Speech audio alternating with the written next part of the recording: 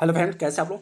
आशा करता आप सभी अच्छे होंगे, मस्त होंगे, तंदुरुस्त होंगे और अच्छे से स्टडी कर रहे होंगे। तो चलिए फ्रेंड्स, आज इस वीडियो में आपको हम कराने वाले हैं सोशल साइंस क्लास 10 के और सभी टॉपिक के कुछ मोस्ट इंपॉर्टेंट क्वेश्चन 15-20 क्वेश्चन कराएंगे, जो कि मोस्ट इंपॉर्टेंट होंगे, जो कि एग्जाम में कुछ क्वेश्चन देखने को मिलेंगे। ठीक है, तो सभी जितने भी क्वेश्चन कराते हैं सभी क्वेश्चन मोस्ट इंपॉर्टेंट होते हैं, जो कि एग्जाम में आपको पूछे हुए रहते हैं। 2010 से लेकर 2021-22 के जो भी क्वेश्चन होते हैं ना, जो एग्जाम में पूछे जाते हैं, उस सभी का मैंने क्वेश्चन यहाँ पे लिया हूँ। ठीक है, तो चलिए यहाँ से क्वेश्चन को स्टार्ट करते हैं।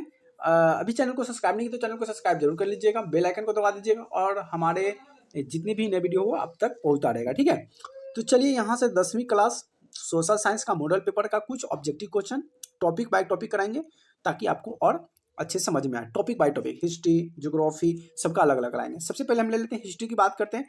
हिस्ट्री क्या कहता है कि भारत छोड़ो आंदोलन की शुरुआत कब हुआ था। भारत छोड़ो आंदोलन की शुरुआत जो हुआ था ये 1942 में हुआ था। कब हुआ था? भारत छोड़ो आंदोलन की शुरुआत कब हुआ था? 1942 में हुआ था। अगला है गांधी इरविन। क्या है? गांधी इरविन समझौता किस वर्ष हुआ था? गांधी इरविन समझौता किस वर्ष हुआ था? 1931 में हुआ था। कब हुआ था? गांधी इरविन समझौता हुआ था 1931 में हुआ था। याद रखा ना जी। ठीक है, चलिए अगला। किसने द इंडियन एसोसिएशन की स्थापना किया था? मतलब किसने इंडियन एसोसिएशन, चाहे ऐसे भी क्वेश्चन पूछेगा कि द इंडियन एसोसिएशन की स्थापना किसने किया था? सुरेंद्र नाथ बनर्जी। किसने किया था? सुरेंद्र नाथ बनर्जी ने किया था। याद रहेगा। चलिए अगला, प्रथम विश्व युद्ध किस वर्ष पारित हुआ था? प्रथम विश्व युद्ध जो था किस वर्ष हुआ था? 1914 में हुआ था। कब हुआ था? 1914 में हुआ था। ठीक है, चलिए अब कुछ क्वेश्चन ज्योग्राफी का आ गया। ज्योग्राफी का क्वेश्चन क्या कहता है कि भारत का सबसे बड़ा कोयला का उत्पादन राज्य कौन सा है? तो ये झारखंड है। भारत में पूछेगा ना तो झारखंड हो जाएगा, लेकिन विश्व में पूछेगा ना तो चीन हो जाएगा। क्या हो जाएगा? चीन सबसे बड़ा है, लेकिन भारत में जो है ना ये झारखंड में है। याद रहेगा। गंगा नदी का उद्गम स्थान क्या? मतलब गंगा नदी कहाँ से निकलती है? तो गंगा नदी गंगोत्री से निकलती है। कहाँ से निकलती है? तो गंगा नदी गंगोत्री से निकलती है। याद रहेगा जी। चलिए क्वेश्चन नंबर यहाँ आंसर सही हो जाएगा। चलिए नेक्स्ट क्वेश्चन ये रहा कि किस मिट्टी को काली मिट्टी कहा जाता है? किस मिट्टी को काली मिट्टी कहा जाता है? तो ये रेगुर मिट्टी को ही काली मिट्टी कहा जाता है। क्या कहा जाता है? रेगुर मिट्टी को काली मिट्टी कहा जाता है। याद रहेगा। चलिए अगला है, भारत में कौन सा फसल खरीफ फसल कहा जाता है? भारत में कौन सी फसल को खरीफ फसल कहा जाता है? तो ये धान की फसल को। किसको? धान की फसल को खरीफ फसल कहा जाता है। तो भारत में कौन सी फसल को खरीफ फसल कहा जाता है? तो धान की फसल को खरीफ फसल कहा जाता है। ठीक है, चलिए नेक्स्ट क्वेश्चन ये रहा। नेक्स्ट क्वेश्चन क्या कहता है कि भारत में संविधान का मसौदा तैयार करने वाली समिति अध्यक्ष कौन थे? तो भारत के जो संविधान का जो मसौदा तैयार हुआ था उसका संविधान का जो बात करें तो ये डॉक्टर भीमराव अम्बेडकर जी थे। याद रहेगा। चलिए question number next. Question number next ये है कि संविधान सभा का प्रथम अध्यक्ष कौन थे? संविधान सभा का जो अध्यक्ष बना गया था, प्रथम बैठक बना था, तो उस बैठक में अध्यक्ष बनाया गया था, वो प्रथम अध्यक्ष कौन थे? तो वो डॉक्टर राजेंद्र प्रसाद थे। कौन थे? डॉक्टर राजेंद्र प्रसाद। अच्छा बताइए आप लोग ये कमेंट में, डॉक्टर राजेंद्र प्रसाद कहाँ के थे?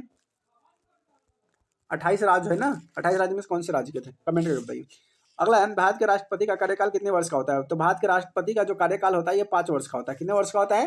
पहले बच्चों, भारत का जो राष्ट्रपति है उनका कार्यकाल जो होता है ना वो 5 साल का होता है। चाहे प्रधानमंत्री का भी कार्यकाल हो, कितने साल का होता है? 5 साल का होता है। अगला है, अनुच्छेद 370 किस राज्य से संबंधित था? तो ये जम्मू और कश्मीर। ये 370 क्या था कि 370 है तो यहाँ पे कोई व्यक्ति जल्दी जा नहीं सकता है, दुकान नहीं कर सकता है, रूम लेकर रह नहीं सकता है।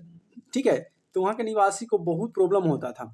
तो अब ये 370 जो था ये हमारे मोदी जी के सरकार में 370 हटा दिया गया। ठीक है, तो ये 370 जो लागू हुआ था किस राज्य में? जम्मू और कश्मीर में। याद रहेगा नहीं।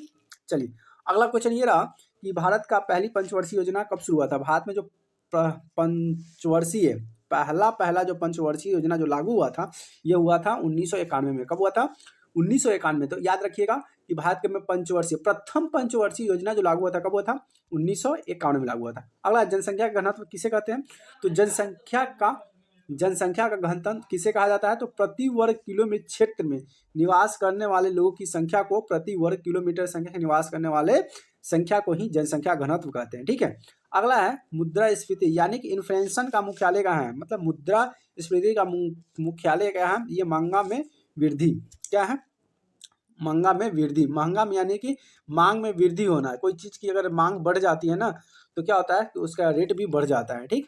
अगला है, गरीबी उन्मूलन के लिए भारत में कौन सा योजना शुरू किया था? तो ये मनरेगा, जो कि गरीब परिवारों के लिए रोजगार उत्पन्न करना, ये मनरेगा था। जैसे कि खेती के लिए, या नहर होता है, नहर के सिंचाई के लिए साफ सुथरा करना, रोड की बनाना, मरम्मत करना, उसमें मनरेगा बनाया गया था, जिसमें गरीब जो लोग थे वो सब उसमें अपना रोजी रोटी के लिए अपना व्यवसाय यानी कि मजदूरी के लिए जा सकते हो। उससे मनरेगा का योजना शुरू किया गया था, ठीक है। तो यहाँ से जो जितने 16 क्वेश्चन कराए सभी मोस्ट इंपोर्टेंट क्वेश्चन है जो कि आपको एग्जाम में देखने को मिलेंगे, और सभी क्वेश्चन के लिए सभी आपको 1 नंबर मिलेंगे। कितने नंबर मिलेंगे?